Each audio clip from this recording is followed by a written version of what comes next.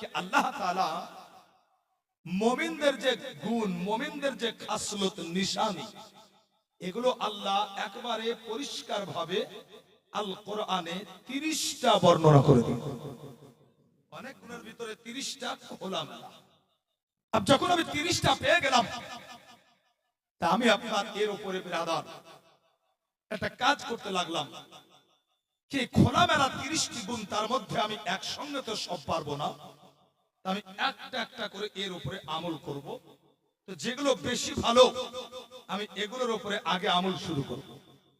যখন এ বাঁচতে লাগলাম, সিরিয়াল করতে লাগলাম, তো পেয়ে গেলাম কি একজন মুমিন বান্দা বান্দির, ও পুরুষ হোক কিংবা নারী, একজন মুমিন বান্দা বান্দির সবচাইতে ভালো একটা গুণ, আর সে গুণটি হচ্ছে যে মুমিন হয় সে ব্যক্তি বেশি বেশি করে তওবা করে।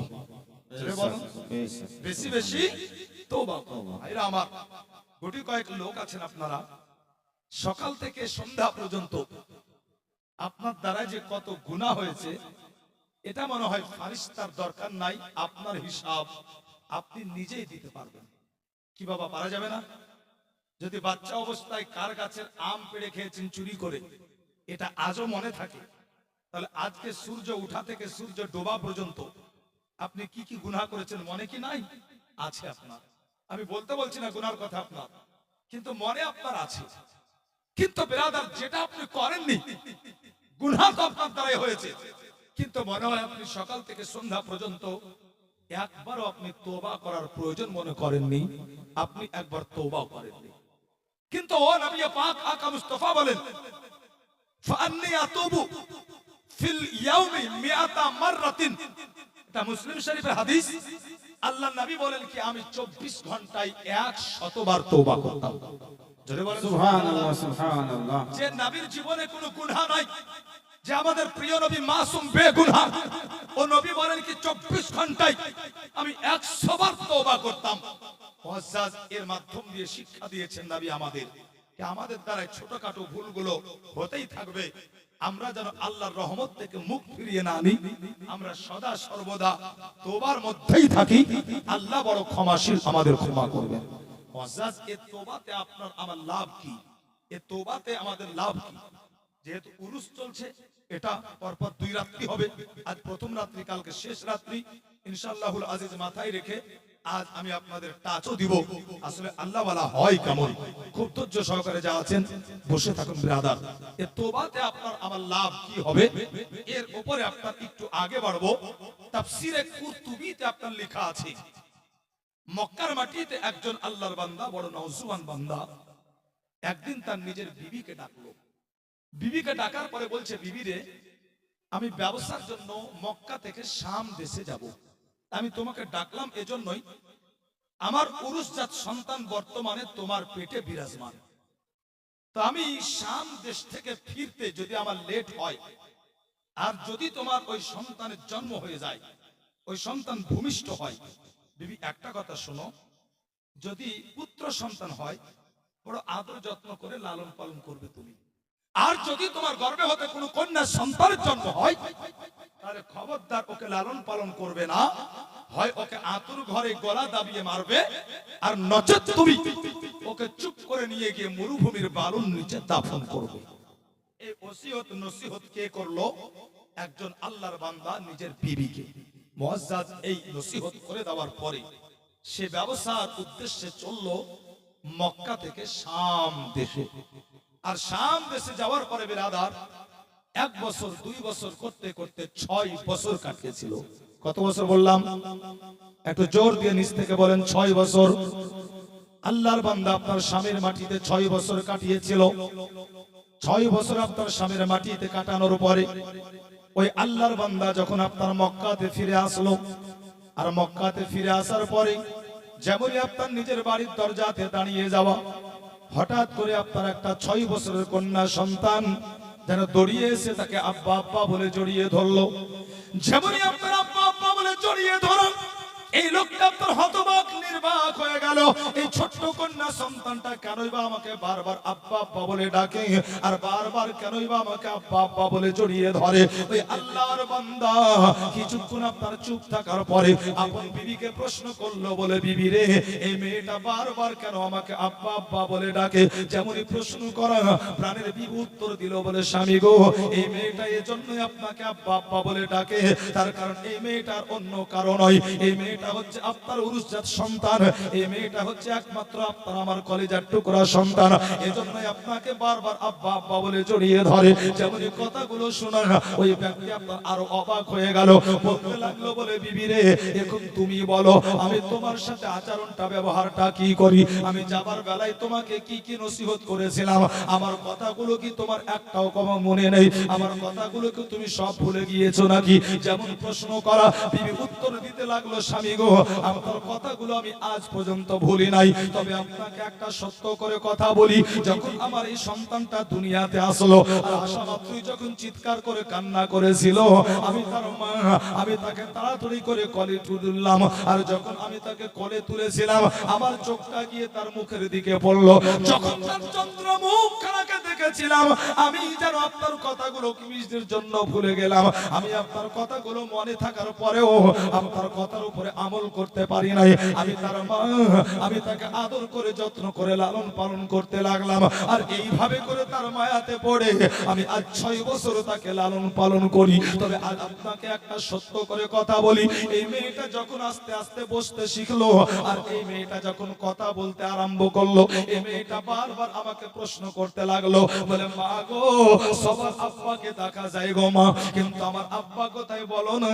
আমার আব্বাকে কেন দেখতে পাই না? আমার আব্বা কবে আসবে একবার বলো না? আমার আব্বার কোলে আমি কখন উঠবো বলো না? আমার আব্বার আদর আমি কখন পাবো বলো না? ওই বিবি বলতে লাগলো, স্বামী গো, 24 ঘন্টায় যতবার আমি আপনাকে মনে না করি, তার চাইতে বহু গুণ বেশি আপনার এই মেয়েটা আপনার খোঁজ নাই, আপনাকে মনে করে। আমি তো তাকে নিজের হাতে মারতে পারি নাই, এবার যদি আপনি পারেন তো নিজের হাতে আপনি মেরে দেন। ও মুসলমান, ওই আল্লাহর বান্দা কিছুক্ষণের জন্য আপনার কথাগুলো শোনার পরে একটু ক্ষান্ত হয়েছিল মুসলমান, কিন্তু তার মাথাতে একটাই চিন্তা, মক্কার এমন হালাত, যদি কারো ঘরে কন্যা সন্তান জন্মগ্রহণ করে, তাহলে পরে ওটা তার জন্য উপায় হয়ে যায়, তার সম্মানটা মাটির সাথে মিশিয়ে যায়। তাই ওই আল্লাহর বান্দা চিন্তা করতে লাগলো, মনে রে, যদি আমি এই মেয়েটাকে মারতে না পারি, তাহলে আস্তে আস্তে আমার সম্মানটা মাটি হয়ে যাবে। ও মুসলমান, কয়েকটা মাস যখন কাটলো, একদিন বাহানা করে বলতে লাগলো, বলে বিবি রে,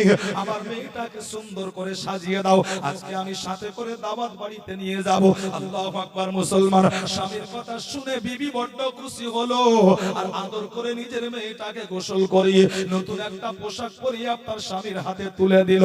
আজ আপনার ছোট্ট মেয়েটা আপনার হাত ধরে মক্কার গলিতে চলতে লাগলো। মুসলমান, আজকে আপনার মেয়েটা বড্ড খুশি হয়েছে, এজন্যই কি আজকে প্রথমবার তার আব্বা তাকে আদর করে নিয়ে যাচ্ছে। কিন্তু বিরাদার, লোকালয় ছেড়ে দেওয়ার পরে ছোট্ট মেয়েটাকে নিয়ে ওই আল্লাহর বান্দা যেন মরুভূমির গরম বালুর উপরে চলতে আরম্ভ করলো। অনেকটা পথ যখন পাড়ি দিল, মেয়েটা বারবার জিজ্ঞাসা করতে লাগলো, বলে আব্বা গো, তুমি দাওয়াত বাড়িতে নিয়ে যাব বলেছিলে, কিন্তু এই দিকে আমাকে কোথায় নিয়ে যাও? এজন্যই কি দূর দূর পর্যন্ত যেন কোনো বাড়ি ঘর দেখা যায় না।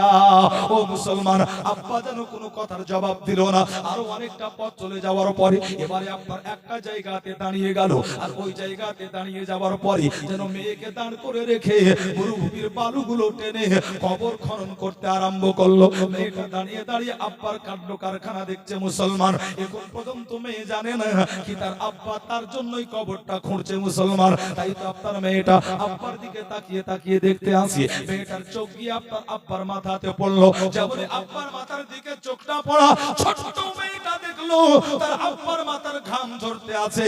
মেয়েটা থাকতে পারলো না, মেয়েটা বলতে আছে, আব্বা গো, তুমি অনেক ক্লান্ত হয়েছো, অনেকক্ষণ ধরে তুমি কাজ করতে আছো, আব্বা তুমি একটু বসে যাও, একটু আরাম নিয়ে নাও, একটু বিশ্রাম নিয়ে নেওয়ার পরে আবার তুমি কাজটা আরম্ভ করবে। আল্লাহু আকবার। মুসলমান, কিন্তু মেয়ের কোনো কথাই জানো ওই ব্যক্তি আপনার শুনলো না, সে আপনার কাজ জারি রাখলো।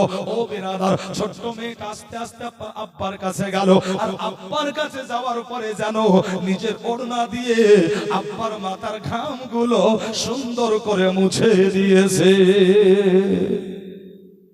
যেমনই আপনার মুছে দেওয়া, এই লোকটার মনটা পরিবর্তন হয়ে গেল।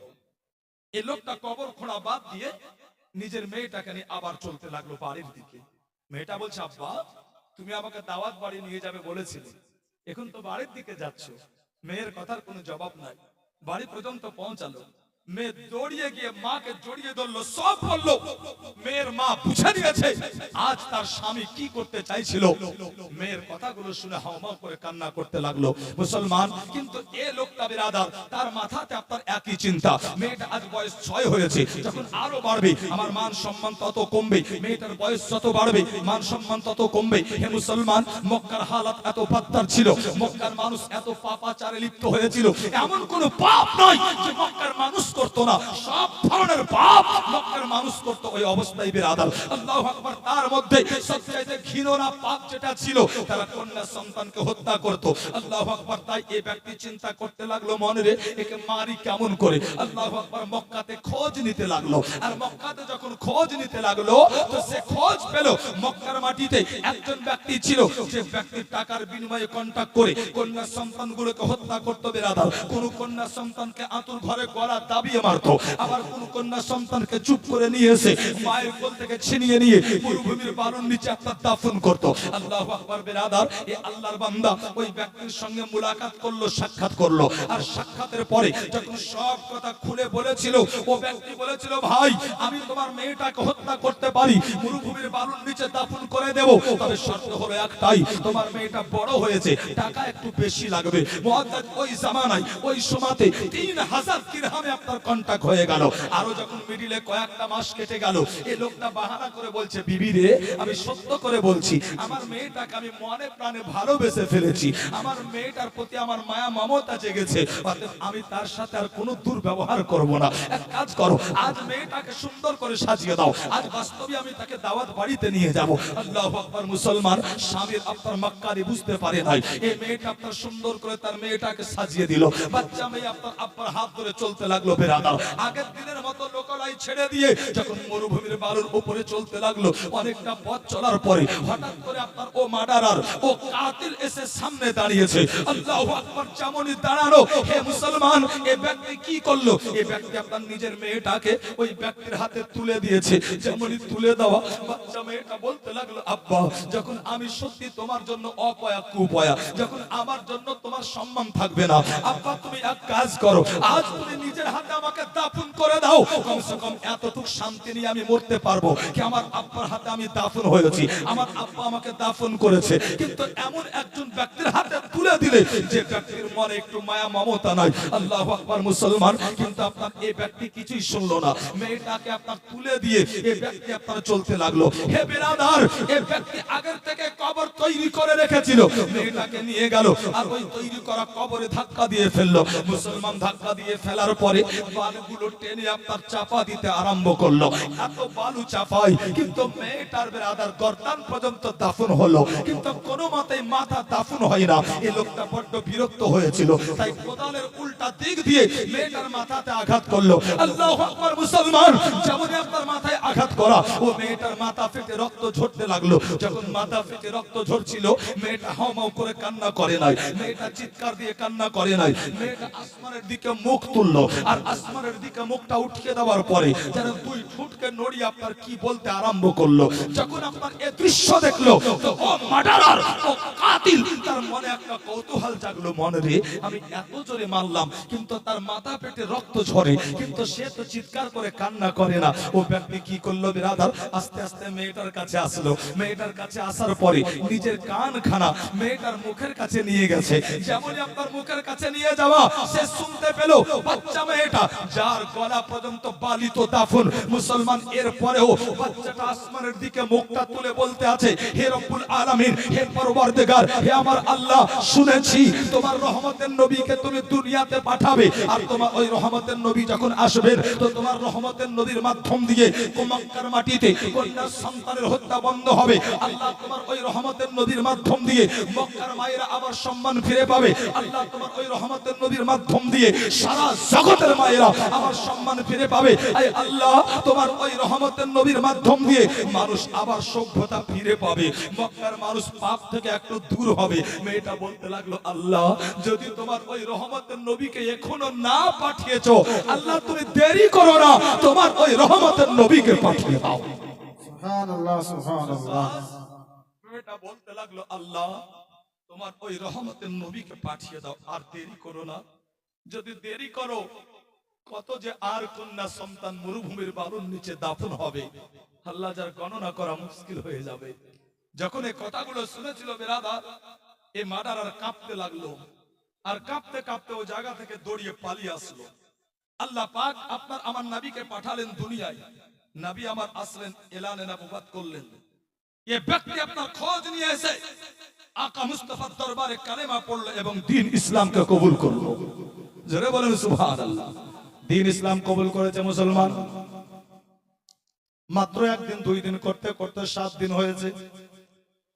আমার নবীর কাছে একটা নালিশ গেল। অন্যান্য সাহাবায়ে কেরাম বলছেন, ইয়া রাসূলুল্লাহ, আমাদের একটা ভাই মাত্র 7 দিন হয়েছে দ্বীন ইসলাম কবুল করেছে নবী গো, কিন্তু আমরা যখনই তাকে দেখি বড় উদাস দেখি, বড় আনমনা দেখি।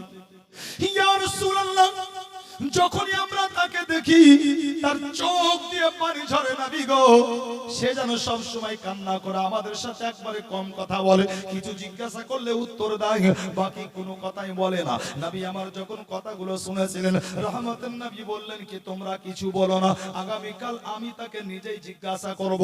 পরের দিন আমার রাসূলুল্লাহ ও ব্যক্তিকে আপনার সামনে বসিয়ে জিজ্ঞাসা করতে আছেন, আমার প্রিয় তুমি কিসের জন্য সব সময় কান্না করো, কি এমন হয়েছে তোমার যার জন্য তুমি সব সময় উদাস থাকো? তুমি তোমার ভাইদের সাথে একবারে কথা বলো না। যেমন এই কথাগুলো জিজ্ঞাসা করেছেন আমার নবী, সে ফুটফুট করে আপনার চিৎকার দিয়ে কান্না করতে লাগলো। আমার নবী বলতে আছেন, কিসের জন্য তুমি কান্না করো, কি হয়েছে তোমার একটু বলো না। বলতে আছে, ইয়া রাসূলুল্লাহ, আমি জীবনে এত গুনাহ করেছি নবী গো, বারবার যখন গুনাহের কথা মনে পড়ে যায় আমাকে নাড়িয়ে দেয়, আমার চোখ দিয়ে পানি চলে আসে। ইয়া রাসূলুল্লাহ, আমি চিন্তা করি, আল্লাহ আমি কালেমা পড়ে তওবা করে মুসলমান তো হয়েছি, কিন্তু আমার আল্লাহ আমাকে ক্ষমা করবে কিনা। আমার নবী বলতে আছেন, তুমি জীবনে কি গুনাহ করেছে একটু বলো না। সে ব্যক্তি বলতে লাগলো, ইয়া রাসূলুল্লাহ, আমি জীবনে এত বড় গুনাহ করেছি, মক্কার মাটিতে একটা নয় দুইটা নয়, বরং একটা দুইটা করতে করতে ইয়া রাসূলুল্লাহ নবী গো, আমি 99টা কন্যা সন্তানকে এই হাতে হত্যা করেছি। ইয়া রাসূলুল্লাহ, 99টা কন্যা সন্তান হত্যা হয়েছে, আমার আল্লাহ আমাকে ক্ষমা করবে কিনা, ওই চিন্তাটা আমি সদা সর্বদা কান্না করি। আল্লাহু আকবার। মুসলমান, যেমনই আপনার কথাগুলো শোনা আমার নবীর চোখ দিয়ে ঝরঝর করে পানি ঝরতে লাগলো। নবী পাক আকা মুস্তাফাও কান্না করতে আছেন, যত সাহাবী দরবার ছিলেন মুসলমান সবাই কান্না করতে লাগলেন। বেরাদার, সবাই যেন আপনার ফুটে ফুটে কান্না করতে আছেন। আল্লাহ পাক রব্বুল আলামিন জিবরিল আমিনকে ডাক দিয়ে বলছেন, ও জিবরিল, লাব্বাইক আল্লাহ। আমার আল্লাহ বলছেন, জিবরিল যাও, চলে যাও। জিবরিল আমিন আসলেন বেরাদার নবীর দরবারে। আল্লাহ পাক বলতে আছেন, ও জিবরিল জানিয়ে দাও। জিবরিল আমিন বলতে আছেন, ইয়া আল্লাহ কি জানাবো? আমার আল্লাহ পাক বলতে আছেন, জিবরিল জানিয়ে দাও, লা তাকনাতু মির রাহমাতিল্লাহ, ইন্নাল্লাহ ইয়াগফিরুয যুনুবা জামিআ, ইন্নাহু হুয়াল গফুরুর রহিম।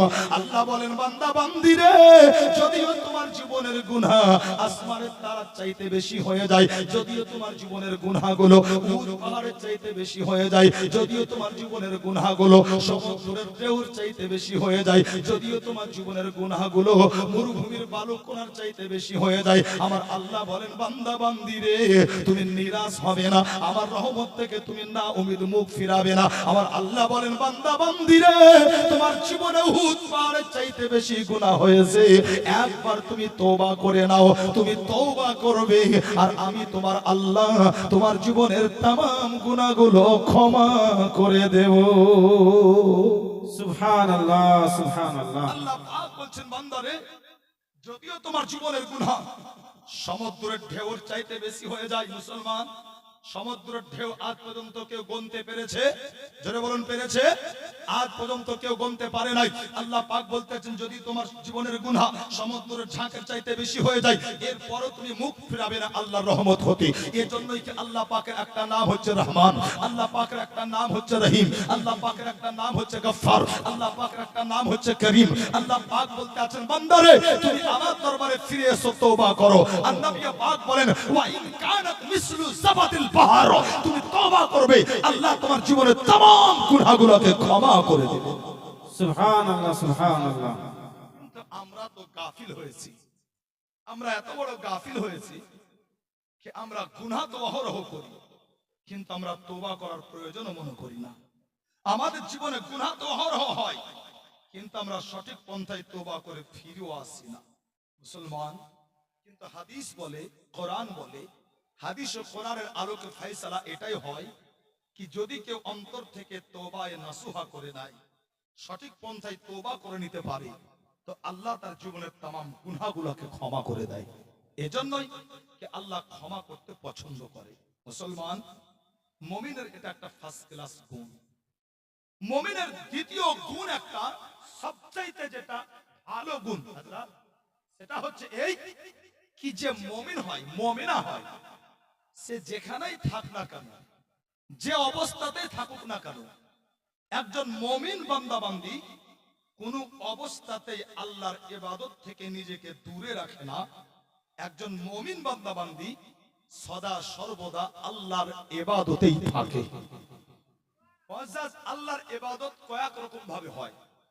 আল্লাহ যাকে ধন দৌলতের মালিক বানিয়েছে, হজ করবে তো আল্লাহর ইবাদত হলো। আমরা যদি রোজা রাখি আল্লাহর ইবাদত, ওটা মালি ইবাদত, এটা জিসমানি ইবাদত।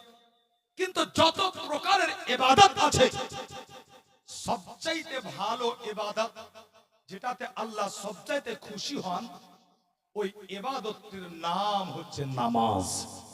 যারা বলুন, কি বললাম? নামাজ। ওই ইবাদতের নাম হচ্ছে নামাজ। ভাইরা আমার, বড় ভয়ানক সময়, তার কারণ রাত্রি প্রায় 1টা পার হয়ে গেছে। আপনার এই সমাজে যদি মনোযোগ সহকারে শুনেন, তবে ওয়াজ মাথায় বসবে, নচেত বসবে না। আর মাহফিলের যে হাল, তো বাবু খুব চিন্তা করছি আপনার কি চলবে কতক্ষণ। তবে একটু যদি আপনারা যারা আছেন একটু সাড়া দিয়ে আপনার ওয়াজ শুনতেন, তাহলে একটু আমাকে ভালো লাগতো, আর একটু ইনশাল্লাহ আপনাদেরকে শোনাতাম। তার কারণ এই জায়গাতে আমি গত বছর এসেছিলাম, গত বছর ছিল প্রথমে, আর এবার হলাম লাস্টে। তার কারণ গত বছর আর একটা প্রোগ্রাম ছিল, আর এ বছরও আর একটা প্রোগ্রাম সেরে আমি আসলাম।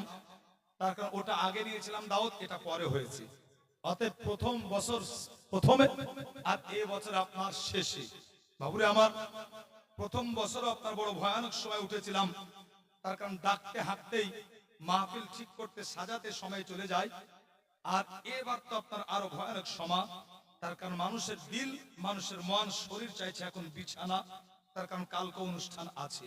কিন্তু বাবু যখন এসে পড়েছি, আর আপনারা এখন পর্যন্ত আছেন, চলে যাননি, তো আলহামদুলিল্লাহ, আল্লাহ তাআলা আপনাদেরকে যেন জাযায়ে খায়র আতা করেন, বলুন আমিন। আর একটুখানি আপনার বড় ধৈর্য সহকারে মাশাআল্লাহ আর একটু আলোচনা শুনে নেন, ইনশাআল্লাহুল আজিজ আপনাদের দিল খুশি হবে, ইনশাআল্লাহ আপনাদের দিলের দাগও কাটবে, এই আমি ভরসা রাখি। মুআজ্জাজ, তো বলতেছিলাম মুমিনের সবচেয়ে বড় গুণ, যেখানেই থাকছে আল্লাহর ইবাদত ছাড়ে না। আর আল্লাহর ইবাদতের মধ্যে সবচেয়ে ফার্স্ট ক্লাস ইবাদত, যে ইবাদতে আল্লাহ সবচেয়ে খুশি হন, সেটা হচ্ছে নামাজ। কি বললাম বাবু? নামাজ। আজ তো নামাজ থেকে মাশাআল্লাহ আমরা এত দূরে। কাউকে বলছি ভাই নামাজ পড়েন, বাবজি নামাজ পড়েন, বয়স হয়েছে। হুজুর ইচ্ছা তো খুব আছে, কিন্তু চাষবাস নিয়ে ব্যস্ত, হুজুর সময় করতে পারছি না। কি করব, পেটে জ্বালা, একটা বাহানা, অনেক দিন। ভাই আপনি পড়েন, বলছে হুজুর আর বলিয়েন না, ইচ্ছা তো খুব হয় কি এক ওয়াক্ত নামাজ কাজা করবো না। কিন্তু রানীনগর মোড়ে একটা দোকান দিয়েছিলাম, ছোট্ট মুদির দোকান। কিছুদিন আস্তে আস্তে চলার পরে এত চলে এখন, হুজুর একাই সামলাতে পারি না, আল্লাহ এত দিয়েছে 7টা কর্মচারী লাগে, ওই জন্য হুজুর টাইম বার করতে পারি না। আমি তো কথা শুনে অবাক হয়ে গেলাম। ওই মুখেই বলছে আল্লাহ এত দিয়েছে কি 7টা কর্মচারী লাগে, আবার ও ব্যক্তি ও মুখেই বলছে, যার জন্য সময় বের করতে পারি না। ভাই, যে আল্লাহ আপনাকে এত বরকত দিল, ছোট্ট একটা দোকান এত বড় হলো, একাই সামলাতে পারেন না, 7টা কর্মচারীর প্রয়োজন। এত বরকত কে দিয়েছে আপনাকে? আল্লাহ দিয়েছে না? এত বরকত আল্লাহ দিয়েছে, যে আল্লাহ আপনাকে এত উন্নতি দিয়েছে, আপনি সবার জন্য সময় বের করতে পারেন, শুধু পারেন না তো আল্লাহর জন্য। আল্লাহু আকবার। কাউকে বলছি ভাই আপনি নামাজ পড়ুন, বলছে হুজুর ইচ্ছা তো আছে, কিন্তু কি করব, সরকারি চাকরি করি হুজুর, সবই বুঝতে পারছেন বর্তমান হালাত, যার জন্য হুজুর নামাজ পড়তে পারি না। এক একজন এক এক ধরনের বাহানা। আল্লাহু আকবার। কিন্তু আজ আপনাদের শুনিয়ে যাই, আমরা পীর আউলিয়া গৌস কুতুব মাননে ওয়ালা পাক্কা সাচ্চা সুন্নি মুসলমান। দুনিয়াতে অনেক দেশ আছে বেরাদার, তার মধ্যে আপনার একটা দেশ, যে দেশটির নাম হচ্ছে ইরাক। আর ইরাক দেশে আপনার একটা শহর আছে, যে শহরের নাম হচ্ছে বাগদাদ। আর যে বাগদাদের মাটিতে এখনো শুয়ে আরাম করতে আছেন আল্লাহ পাকের একজন ওলি, যিনি কুলের ওলির শিরোমণি গৌস সামদানি মুহিউদ্দিন আব্দুল কাদের জিলানী রাদিয়াল্লাহু তাআলা আনহু। আল্লাহু আকবার। তৎসহ এই ইরাকের বাগদাদের মাটিতে আল্লাহর অগণিত আপনার আল্লাহর ওলি শুয়ে আরাম করতে আছে। এদের জগতই আলাদা। ওলিদের জগৎ আপনার যাত্রার দ্বারাই মাপা যায় না।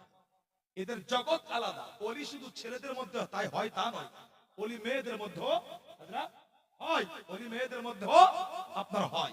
মুসলমান খুব দিল লাগিয়ে শুনুন। আল্লাহু আকবার।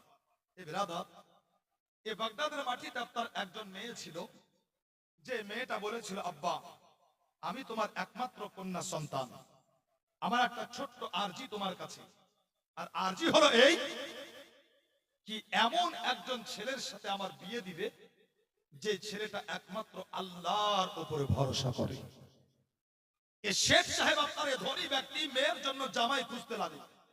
আমরা জামাই খুঁজি কোন মহল্লায়, কোন পাড়ায় গিয়ে, কিংবা ঘটক বলি ভাই একটা ভালো ছেলে দেখবেন। কিন্তু এ ধনী ব্যক্তি ইরাকের বাগদাদের মসজিদে মসজিদে আপনার জামাই খুঁজতে লাগলো। আল্লাহু আকবার। একদিন বাগদাদের জামে মসজিদে আসরের নামাজ পড়ার পরে সমস্ত মুসল্লি বেরিয়ে গেছে, কিন্তু মসজিদের এক কোণাতে একজন আল্লাহর বান্দা নওজওয়ান, সে বসে বসে আল্লাহর জিকির করতে আছে। এ ধনী ব্যক্তি কাছে গেল, যাওয়ার পরে সালাম দিল, সে সালামের উত্তর দিল। এ ধনী ব্যক্তি বলতে আছে, বাবা একটা কথা বলবো। বলে বলুন। বলে তোমার বিয়ে শাদী হয়েছে? বলে না। বলে তোমার যদি কোনো আপত্তি না থাকে, তাহলে আমি আমার একমাত্র কন্যা সন্তানের সাথে তোমার বিয়ে দেব। এই ব্যক্তি অবাক হলো। এই আল্লাহর বান্দা নওজওয়ান বলছে, চাচা আপনি বাগদাদের মাটিতে 10টা ধনীর মধ্যে একজন ধনী, কিন্তু আপনি হঠাৎ করে আমার মতো একজন ফকির ছেলেকে জামাই করতে চান কেন? বলে এটা আমার ইচ্ছা না, এটা আমার মেয়ের ইচ্ছা, আর আমি এ পর্যন্ত খুঁজে খুঁজে তোমাকে পেয়েছি, বলো তুমি বিয়ে করবে কিনা? এ নওজওয়ান বলল, চাচা বিয়ে করতে পারি, তবে আমারও একটা ছোট্ট শর্ত।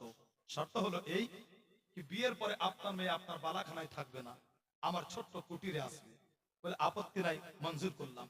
বিয়ে হলো বেরাদার। এ আল্লাহর বান্দা নওজওয়ান নতুন বিবি যখন ঘরে আসলো, তো যে আল্লাহর বান্দা বলতে আছে, বিবি রে ওই দেখো দেওয়ালে একটা ঝোলা ঝুলচোটা নিয়ে আসো। যখন নিয়ে আসা হলো, বিবিতে নিয়ে এসে দিয়েছে। মুসলমান ওই আল্লাহর বান্দা ঝোলার থেকে একটা রুটি বের করলো, যে রুটিটা এমন ভাবে শুকিয়েছিল যা আপনার যাত্রার দ্বারাই চিবানো বড় মুশকিল।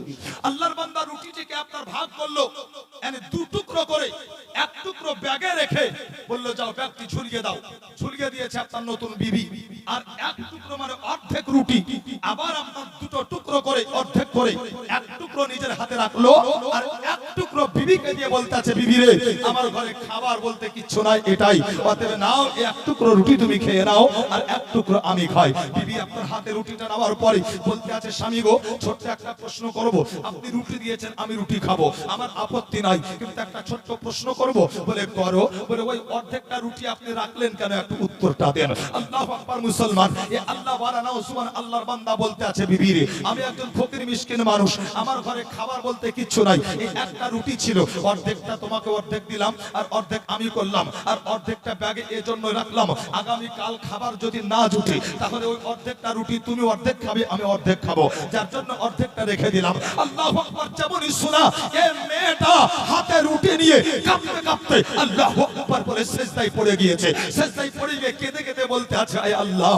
আমি জীবনে তোমার কাছে কিছুই তো চাই নাই, শুধু একটা নেককার স্বামী চেয়েছিলাম, যে স্বামী একমাত্র তোমার উপরে ভরসা করবে। কিন্তু আমার স্বামী তো দেখছি এমন যে তোমার উপরে নয়, বরং সে তো এক টুকরো রুটির উপরে ভরসা করে। আল্লাহু আকবার। নারে তাকবীর, নারে রিসালাত, ইয়া রাসূলুল্লাহ, উলামায়ে আহলে জিন্দাবাদ, সুন্নাহ। জিন্দাবাদ। এ হচ্ছে আল্লাহ ওয়ালাদের জিন্দেগি। এ নওজওয়ান বুঝতে পারলো, আল্লাহ তোমার লাখ লাখ শুকরিয়া, আমি তোমার কত নিকটে। আরে আমার চাইতে আমার বিবি তো তোমার আরো বেশি নিকটে, আরো বেশি নিকটে। আল্লাহু আকবার। জি হ্যাঁ, আল্লাহ ওয়ালা, আল্লাহ ওয়ালিদের জিন্দেগি বুঝা সবার আপনার ক্ষমতার মধ্যে নয়। নাম শুনেছেন না হযরত মানসুর হিল্লাজ? হযরত মানসুর হিল্লাজ উনি বলেছিলেন আনাল হক, মানে আমি সত্য। এটার ব্যাখ্যা জগতের মুক্তিরা করেছিল, কেউ নিজেকে আল্লাহ দাবি করেছে, তাই আপনার কুফরের ফতোয়া দিয়ে তাকে হত্যা করেছিল। কিন্তু আসল রহস্য কোথায় জানেন? হযরত মানসুর হিল্লাজ, আল্লাহ ওনাকে কাশফের জ্ঞান দিয়েছিলেন। উনি আপনার কারো চেহারার দিকে দেখে বলে দিতেন এই লোকটা কি কি জীবনে গুনাহ করেছে। বলেন সুবহানাল্লাহ। উনি কাউরি বাড়িতে দাওয়াতে যেতেন, ফাতিহা করতেন, দুআ করতেন, খাবার দিলে মন হলে খেত, আবার মন না হলে কাউরি বাড়িতে খেতেন না। যার বাড়িতে খেতেন না জিজ্ঞাসা করা হতো, হুজুর খেলেন না কেন? তো উনি বলতেন খেলাম না এজন্যই, তোমার খাবারটা হারাম পয়সার, তোমার খাবারটা হালাল পয়সার নয়। আর আল্লাহ বলেছেন ইয়া আইয়ুহাল্লাযীনা আমানু কুলু মিন তাইয়্যিবাতি মা রাযাকনাকুম ওয়াশকুরু লিল্লাহি ইন কুনতুম ইয়্যাহু তা'বুদুন। হে ঈমানদার, তোমরা খাও, আল্লাহ তোমার জন্য যেটা হালাল করেছে, এরপরে আল্লাহর শুকরিয়া আদায় করো, তারপর আল্লাহর ইবাদত করো। তোমার খাবার হালাল নয়, হারাম, যার জন্য আমি খেলাম না। লোকজন শুনেছেন, একদিন বিরক্ত একটা লোক বলছে, আপনি এতটা খবর রাখেন যে আমার পয়সা হারামের, এ কি পাপ করেছে? নিজের বাড়ির খবর রাখেন? আপনার একমাত্র বোন প্রত্যেকদিন রাত্রে কি করে আপনি জানেন? খবর রাখেন? আল্লাহর ওলি হযরত মানসুর হিল্লাজ, ওনার মনে বড় চোট লাগলো, উনি চুপচাপ চলে আসলেন বাড়িতে। বাড়িতে আসার পরে তার পরের দিন বাড়ি থেকে বের হলেন না। যখন এশার নামাজ হয়ে গেল, হযরত মানসুর হিল্লাজ আল্লাহু আকবার খুব সচেতন আছেন, দেখবেন আজকে বোন কি করে।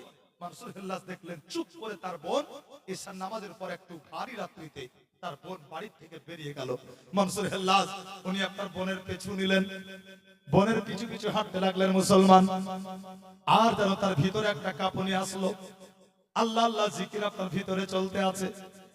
মানসুর হিল্লাজ দেখলেন যেন তার বোন আল্লাহু আকবার লোকালয় ছেড়ে দেওয়ার পরে একটা গভীর জঙ্গলে আপনার প্রবেশ করলো। যেমনই আপনার গভীর জঙ্গলে প্রবেশ করা, মানসুর হিল্লাজ যেন আরো কাঁপতে আরম্ভ করলেন, আল্লাহু আকবার। কিন্তু কিচ্ছু না বলে আস্তে আস্তে বোনের পিছনে পিছনে চলতে আছেন। যখন আরেকটু ভিতরে গিয়েছেন, মানসুর হিল্লাজ দেখতে আছেন যেন ঘন জঙ্গলের নির্জন স্থানে তার বোন কি করলো, যেন একটা জায়নামাজ পেড়ে দিয়ে জায়নামাজের পাটিতে আল্লাহু আকবার বলে তাহাজ্জুদের নামাজে দাঁড়িয়ে গেছে।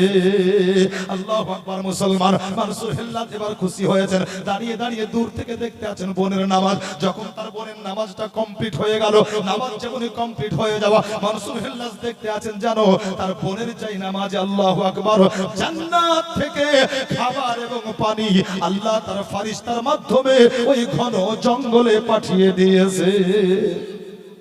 মানসুর হিল্লাজ এইটা দেখার পরে জিকির করতে লাগলেন, বলতে লাগলেন আনাল হক, আনাল হক, আল্লাহ আমিও তো সত্য, মানে আল্লাহ আমিও তো তোমার পথে আছি, কিন্তু আজ পর্যন্ত আমার জন্য জান্নাতে পানিও আসলো না, আজ পর্যন্ত আমার জন্য জান্নাতি খাবারও আসলো না।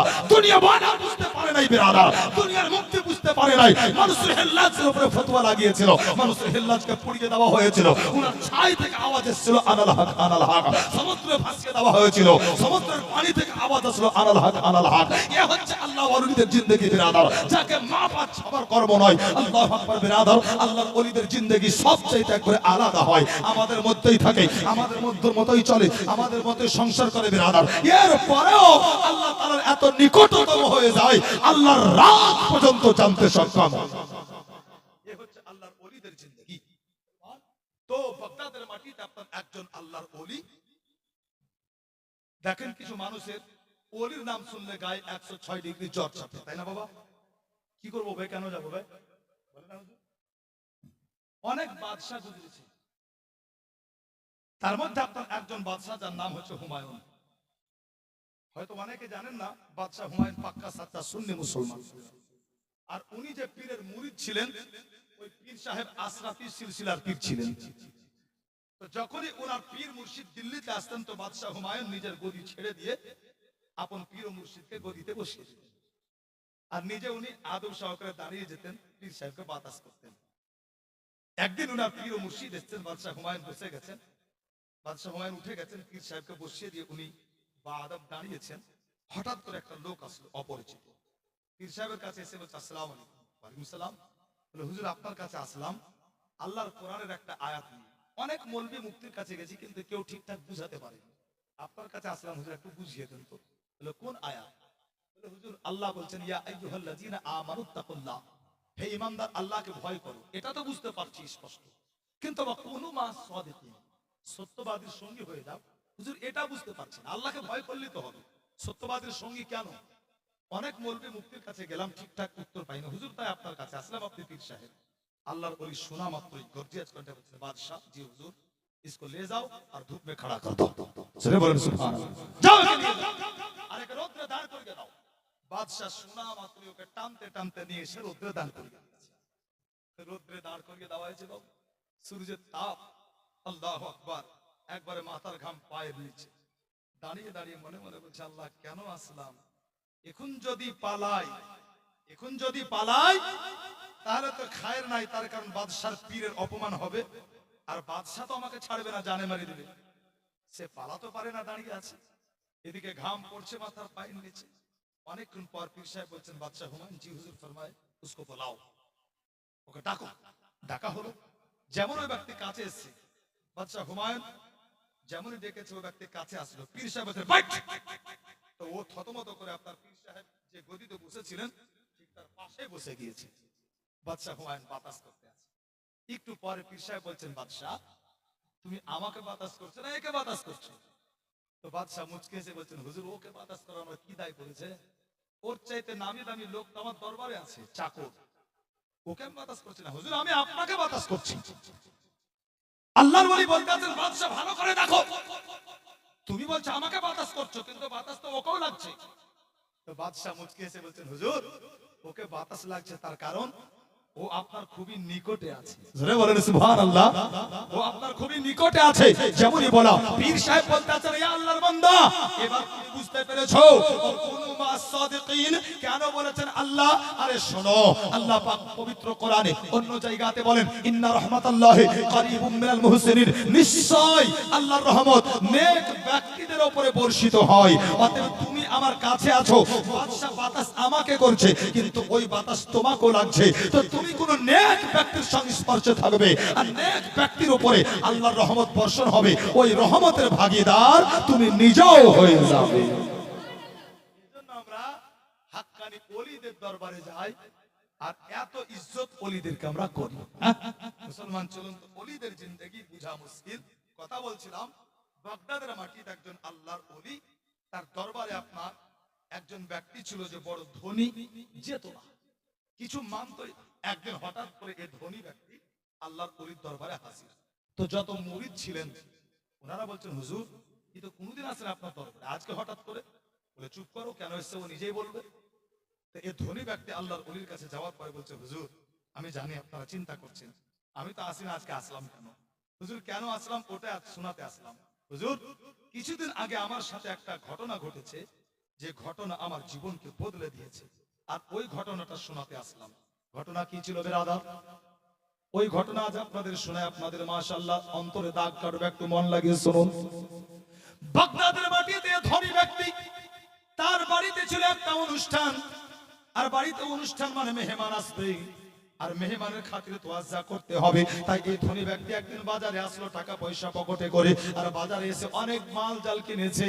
আর মাল জাল গুলো কেনার পরে মুসলমান বাগদাদের বাজারে 3 মাথার মোড়ে দাঁড়িয়ে দাঁড়িয়ে অপেক্ষা করতেছিল মুসলমান, যে একটা কুলি পেলে পারে মালগুলো কুলি দ্বারা নিয়ে যাবে। তার কারণ তখন এই যে সময়ের মতো অটো টোটো ছিল না, কি টোটোতে চাপিয়ে মালগুলো নিয়ে চলে যাবে, কুলির দ্বারা মালগুলো আপনার বহানো হতো। যার জন্য আপনার ওই ব্যক্তি ধনী ব্যক্তি দাঁড়িয়ে অপেক্ষা করতে আছে।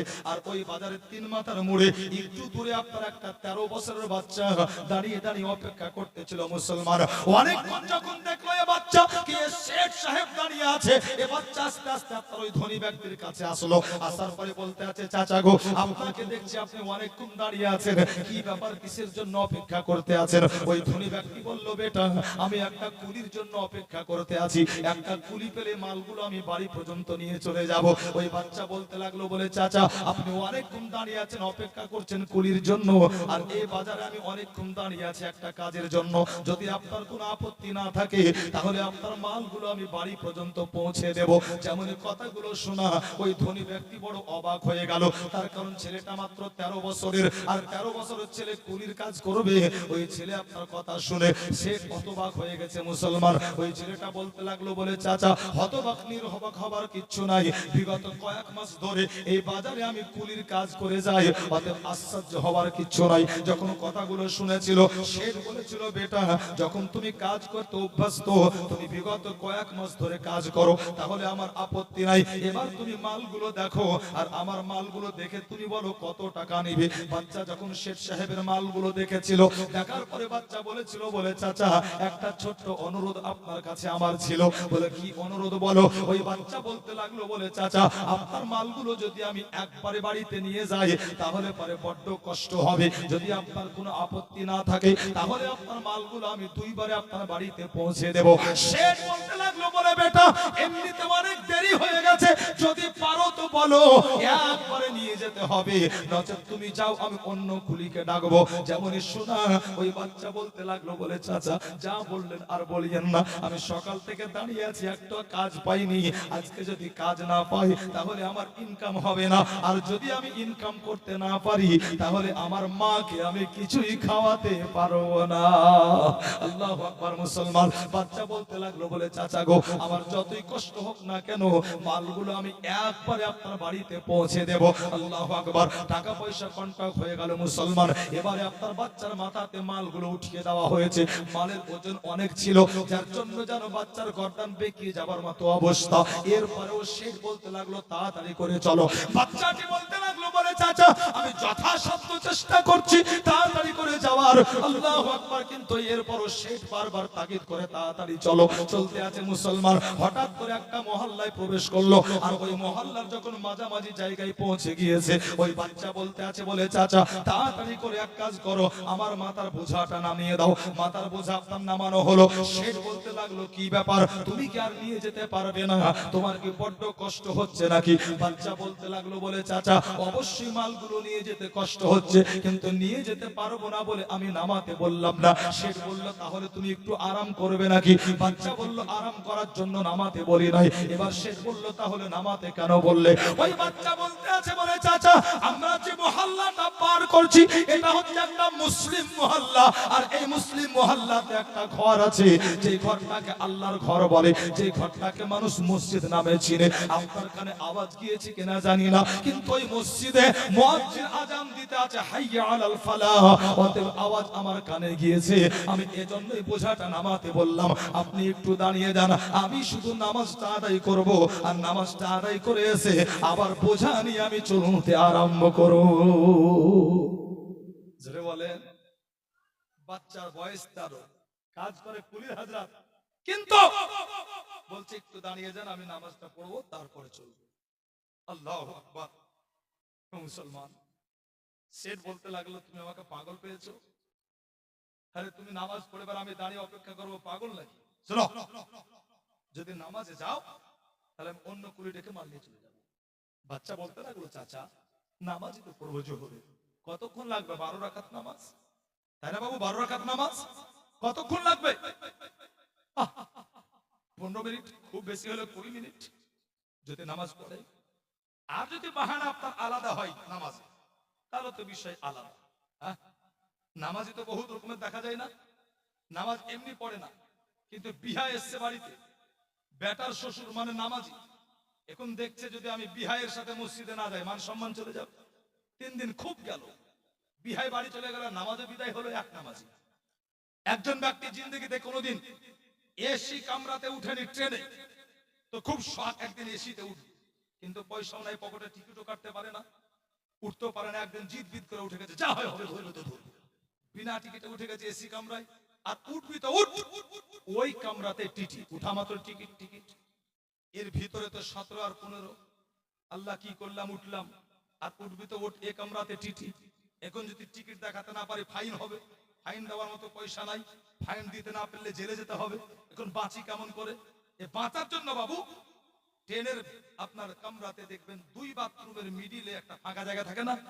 তো 2 বাথরুমের মিডিলে যে ফাঁকা জায়গা, গামছা বিছিয়ে দিয়ে আল্লাহু আকবার শুরু করেছে নামাজ। এখন টিটি বাবু কামরাতে যত লোক ছিল সবার কাছে টিকিট চেক করা কমপ্লিট। এখন বাকি আছে তো শুধু এই নামাজিটাই আছে। তো কি অপেক্ষা করছে? নামাজ শেষ হলে টিকিট চাইবে, কিন্তু নামাজ শেষ হবার হলেই তো, নামাজ তো শেষ হওয়ার নাম কথাই নাই। চলছে লম্বা কেরাত, এত লম্বা কেরাত কারি বাসের পর্যন্ত ফেল হয়ে যাবে। গায়রুল মাগদুবি আলাইহিম ওয়ালাদ-দাল্লিন, যত টান আছে আপনার নিঃশ্বাস ভর টান, নামাজ শেষ হওয়ার নাম কথাই নাই। আল্লাহু আকবার। টিটি বিরক্ত হয়েছে, একটা নামাজ কখন শেষ হবে? হঠাৎ করে ওই জায়গাতে একটা দাড়িওয়ালা মানুষ হাজির। বলে চাচা শুনেন, এই লোকটা নামাজই তো পড়ছে। বলে হ্যাঁ। বলে কতক্ষণ লাগবে পড়তে? তো চাচা বলছে বাবু এখন জোহরের নামাজ 12 রাকাত, একটু টাইম লাগবে। তো টিটি ছিল হিন্দু, ও রাকাত বুঝে না। বলছে চাচা রাকাত মানে? তো চাচা বলছে বাবু আপনি এত শিক্ষিত মানুষ, রাকাত বুঝেন না? বলে বুঝবো কেমন করে, আমি তো নামাজই পড়ি না। বলে চিন্তা করিয়েন না, আপনি শিক্ষিত মানুষ, রাকাত আপনাকে 1 মিনিটে বুঝিয়ে দেবো। হ্যাঁ বুঝতে অসুবিধা হবে না, বুঝান। বলে আমি খুব বুঝাতে ভালো পারি। বলে বুঝান। তো চাচা খুব রগড়া ছিল, চাচার রগড় করে বলছে টিটি বাবু শুনেন, তাহলে রাকাত কেমন করে হয়? বলছে একবার ঝুঁকবে, দুবার ঠুকবে, তো 1 রাকাত হবে। মানে? বলছে মানে খুব সহজ, 1 রাকাতে একবার ঝুঁকবে মানে একটা রুকু, আর 2বার ঠুকবে মানে 2টা সেজদা। বলছে বাবু রাকাত এরকম করে হয়, একবার ঝুঁকবে, 2বার ঠুকবে, তারপরে 1 রাকাত হবে। ঘড়ি দেখা বলছে যতক্ষণ দাঁড়িয়ে আছি 17 মিনিটে বেটা একবারই ঝুঁকাছে আর 2বারই ঠুকাছে, মানে 1 রাকাত হয়েছে। তো 17 কে 12 দিয়ে গুণ কমপ্লিট। বলে এর পিছনে থাকলে তো আমার সব বরবাদ হয়ে যাবে, এর পিছনে থাকা যাবে না, বাকিগুলোকে দেখি। যেমনই কামরা পাল্টেছে, তো বাবু আমার 1 সালামে মক্কার 1 সালামে মদিনা দেখা কমপ্লিট। তার কারণ নামাজ তো আল্লাহর জন্য ছিল না, নামাজ ছিল টিটি থেকে বাঁচার জন্য।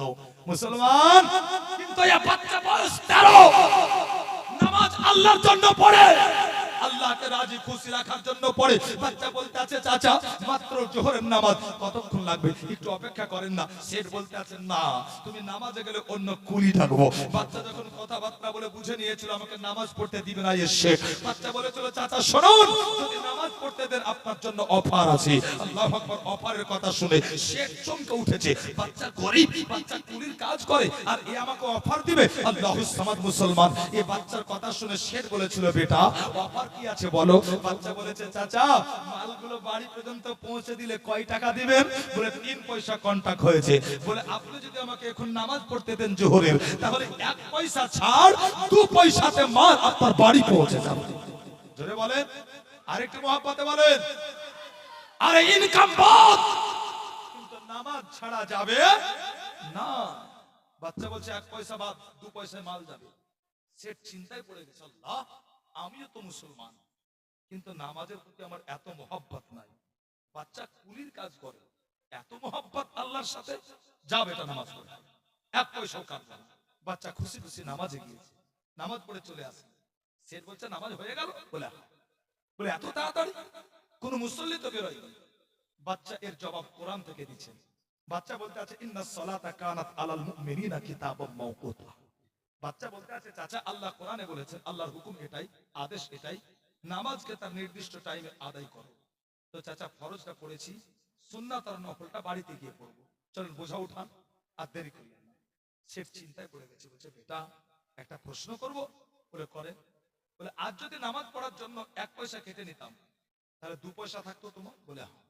বাড়িতে গিয়ে তুমি মাকে দিতে, তোমার মা যদি বলতো পয়সা কম কেন, তুমি কেমন করে হিসাব দিতে, কি বুঝাতে? আল্লাহু আকবার। শুনুন অনেক মা এসে আজ, অনেক মা আছে দেখুন। হে ব্রাদার, বাচ্চা জবাব দিয়েছিল চাচা সারা দিন মজদুরি করার পরে যখন বাড়িতে যাই তো মা আমাকে দাঁড় করিয়ে দেয় আর আম্মি জান আমাকে দাঁড় করিয়ে দেওয়ার পরে আমাকে আজ পর্যন্ত বলেনি, বলে বেটা ইনকাম কত হয়েছে আমাকে দে, আজকে ইনকাম কত হলো ওটা দে। বলে তাহলে তোমার মা কি বলে? তো বাচ্চা বলেছিল চাচা যখন সারাদিন কুলির কাজ করার পরে আমি বাড়ি ফিরে যাই তো আমার আম্মি জান আমাকে দাঁড় করিয়ে দেয়। দাঁড় করিয়ে দেওয়ার পরে আমার আম্মি জান বলে বেটা বল আজকে জোহরের নামাজ কোথায় পড়েছিস বল। বলে বেটা বল আজকে আসরের নামাজ কোথায় পড়েছিস বল। বলে বেটা বল আজকে মাগরিবের নামাজ কোথায় পড়েছিস বল। আল্লাহুস সামাদ। এ বাচ্চা বলেছিল চাচা আমার মা আজ পর্যন্ত আমার কাছ থেকে টাকার হিসাব নাই না, আমার মা তো আমার কাছ থেকে নামাজের হিসাব নেয়। বিরাদার একটা মা বের করতে পারবেন এলাকায়? যতগুলো মা আছে যদি যায় জানেন সার্ভে করেন, একটা মনে হয় মা বেরোবে না যে মা বাচ্চার কাছ থেকে পাই টু পাই নামাজের হিসাব বুঝে নাই। বরং মা তো আলাদা বলে বলে যাচ্ছিস বেটা দুবাই, তোর বাড়ির পাশে একজনা গেছে দুবাই, দেখ 5 বছরে 4 তালা করেছে, তুই যা ভালো করে দরকার হলো ওভার টাইম করবি, কিন্তু তোকে 6 তালা করতে হবে, চাহাত এটা। কিন্তু কোন মা নামাজের হিসাব নাই। বাচ্চা বলছে আমার মা নামাজের হিসাব নাই। সেট অবাক হয়ে গেছে। সেট বলছে বেটা একটা কথা বলবো। বলে বলেন। বলে মালগুলো তুমি আমার মাথা দিয়ে চাপিয়ে দাও। জোরে বলেন সুবহানাল্লাহ। একটু আগে হযরত মায়া ছিল না, কিন্তু এখন অন্তরে এত মায়া হয়েছে। বলছে তুমি মাথায় চাপিয়ে দাও চলো। যত পয়সা নিয়ে এসেছিলাম বাজার করতে শেষ হয়ে গেছে, বাড়িতে যাওয়া মাত্রই তোমাকে 3 পয়সা দেব।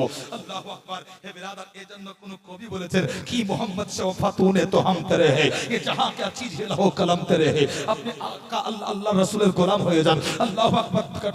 খোদাই সমস্ত সৃষ্টি আপনার গোলাম হয়ে যাবে। আল্লাহু আকবার। হযরত শাফিনা নাম শুনেছেন নবী পাকের একজন সাহাবী, উনি আপনার সাহাবীদের দল ছুট হয়ে গিয়েছিলেন, জঙ্গলে বাঘের সামনে পড়েছে। হযরত শাফিনা রাদিয়াল্লাহু তাআলা আনহুর সামনে যখন বাঘ, হযরত শাফিনা রাদিয়াল্লাহু তাআলা আনহু বলেছিলেন বলে বাঘ আমাকে আক্রমণ করার আগে একটা কথা শুনে নে, আমি হচ্ছি রাসূলুল্লাহর গোলাম, আমি হচ্ছি নবীর গোলাম। যেমনই শোনা বাঘ নিজের মস্তককে ঝুঁকিয়ে দিয়ে হযরত শাফিনাকে জবানে হালে বলেছিল আপনি আমার পিঠে উঠে যান, আমি আপনাদের সাথীর কাছে পৌঁছে দেব। হযরত শাফিনা রাদিয়াল্লাহু তাআলা আনহুকে ও বাঘ আপনার সাথীদের সাথ ধরিয়ে দিয়েছিলেন। জোরে বলেন সুবহানাল্লাহ। মুআজ্জাজ মুহতারাম, অতএব আপনি আল্লাহর হয়ে যান, আপনি রাসূলের গোলাম হয়ে যান, পাক্কা সচ্চা গোলাম হবেন তো সমস্ত সৃষ্টি আপনার গোলামিত হয়ে যাবে। আল্লাহু আকবার। মুসলমান এ বাচ্চা বলতে লাগলো বলে চাচা আপনি মাল নিয়ে যাবেন? বলে হ্যাঁ। বলে আপনি কেমন করে ভাবলেন যে আপনি পরিশ্রম না করে আপনার কাছ থেকে আমি পারিশ্রমিক নিব? আরে আমি মুসলমানের বাচ্চা, পরিশ্রম না করলে আমি পারিশ্রমিক নিই না, নিব না। জোরে বলেন সুবহানাল্লাহ। শেখ অবাক হয়েছে, বয়স মাত্র 13, কিন্তু এত সোচ বিচার লম্বা, আল্লাহু আকবার, শরীয়তের এত জ্ঞান পরিপূর্ণ। শেখ অবাক হয়ে বলতে আছে বলে বেটা আর একটা প্রশ্ন করব।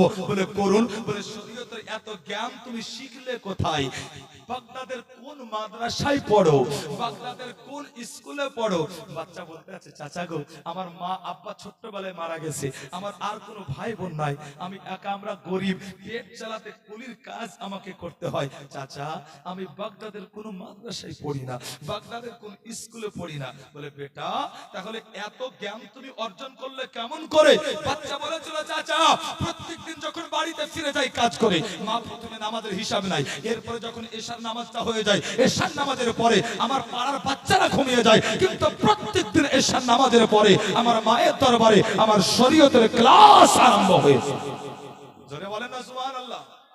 মুসলমান ও তো মা ছিল, কিন্তু প্রত্যেকদিন বাচ্চাকে শরীয়তের ক্লাস করাতো।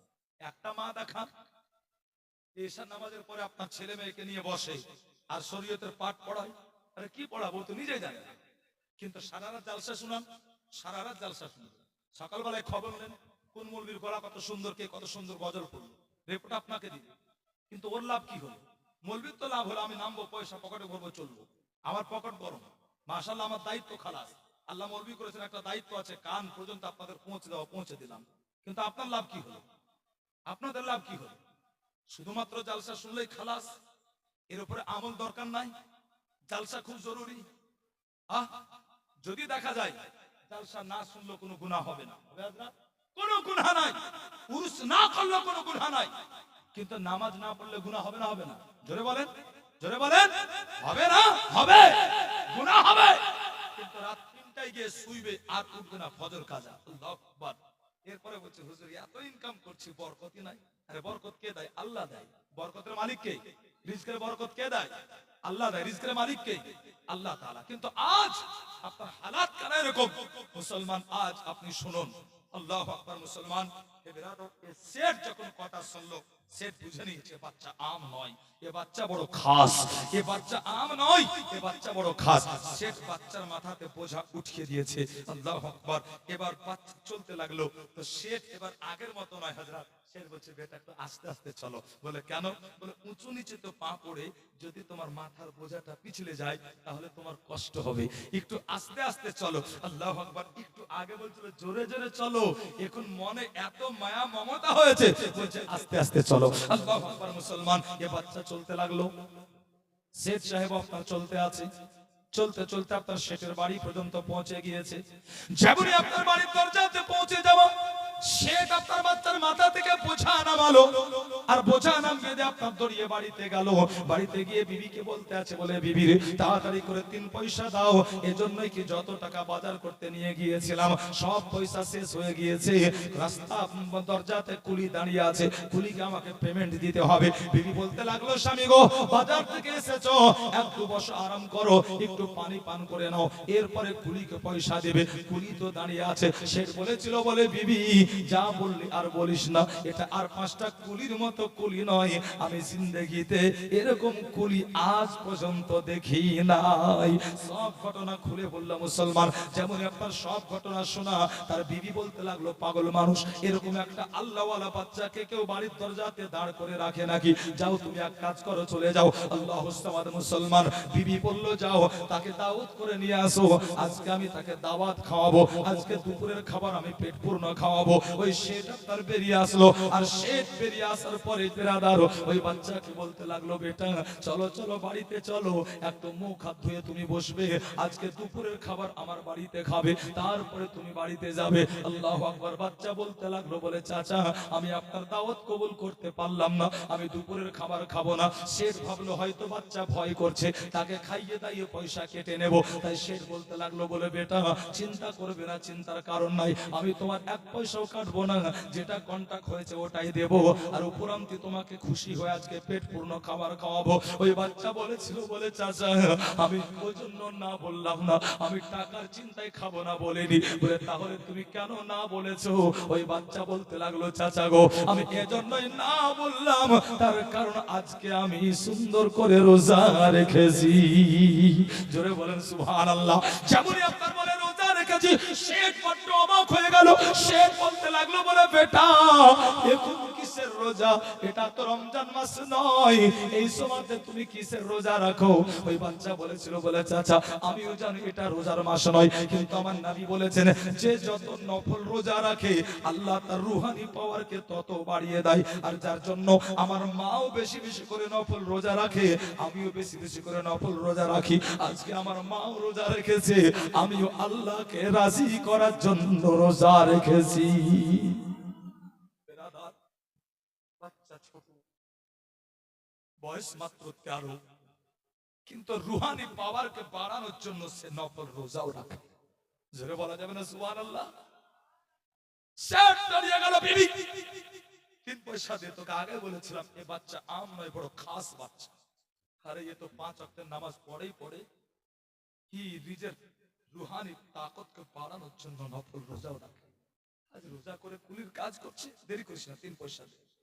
বিবি বলল, আবার যা। বলে কেন? বলে গিয়ে তুমি বাচ্চাকে দাওয়াত দাও, সে ইফতার করবে আমার বাড়িতে। সে বেরিয়ে এসে একটা আবদার রাখবে। বলে কি? বলে আজকে আমার বাড়িতে ইফতার করবে। বাচ্চা বলল, চাচা নবী বলেছে দাওয়াত করলে কবুল করতে হয়। কবুল করলাম, 3 পয়সা দিন, বাড়িতে যাব, আর মাকে দিব, আপনার বাড়িতে আসবো। 3 পয়সা দেওয়া হলো, বাচ্চা বাড়িতে গেল, মাকে দিল, সব খুলে বলল শেঠের বাড়িতে এসছে দাওয়াতে। আদার এ বাচ্চা দাওয়াতে এসছে, আর শেঠ সাহেবের বাড়িতে এসে আপনার ইফতার হলো। ইফতারের পরে মাগরিবের নামাজ হলো। যেমন নামাজ হয়েছে, শেঠের বিবি এসে বলতে আছে, বেটা আর একটা ছোট্ট আবদার রাখবে। বলে কি আবদার? বলে আজকের রাতটা যদি তুমি আমাদের বাড়িতে থাকো তাহলে আমরা নিজেকে বড় ধন্য মনে করব। ছেলে বলল, মা যখন তোমার এটাই দিলি ইচ্ছা, তোমার আপত্তি নাই, চলো মেহমানখানা দেখিয়ে। মেহমানখানা দেখিয়ে দেওয়া হয়। এ আল্লাহওয়ালা বাচ্চা মেহমান খানাতে গিয়েছে বেরাদা, এশার নামাজ হলো, এশার নামাজের পরে শেষ খাবার নিয়ে এসছে, বাচ্চা খাবার খেলো। যখন এই মেহমানের খাবার শেষ হলো, সেট অন্য একটা থালায় খাবার সাজিয়ে অন্য একটা ঘরে প্রবেশ করলো। কোন ঘরে? যে ঘরে তার একমাত্র কন্যা সন্তান ছিল, যে মেয়েটা আপাহিজ ছিল, হাত কাজ করতো না, পা কাজ করতো না, রাদার আপাহিজ মেয়ে নেংড়ি লুলি যেমন ঘরে প্রবেশ করেছে, সেট মেয়েটা বলছে আব্বা আমি আপাহিজ বলে এত অবহেলা, এতক্ষণ আমার কথা মনে পড়লো। সেট বলছে মা যা বললি আর বলিস না, ছেলে মেয়ে যেমনই হোক বাপমার কলিজার টুকরাই হয়, তাই না বাবা? বাপমার কলিজার টুকরাই হয়। একটা নাক গুচা বাচ্চা রাস্তায় বসে খেলছিল, তো ওটা দিয়ে আপনার একজন যাচ্ছিল, নাম ছিল কালু। তো বলছে হ্যাঁ রে, ছেলেটাকে রে দেখতে তো বড় সুন্দর, কিন্তু একটু গুচা। কথাটা কোনো মতে পৌঁছে গেছে মায়ের কানে, ওই বাচ্চার মায়ের কানে। তো বাচ্চার মা এত রাগা রেগেছে, বলছে কে আমার ছেলেকে গুচা বললো রে? তো ওই পাড়ার কালু, কেউ থাকলে রাগ করি না বাবু।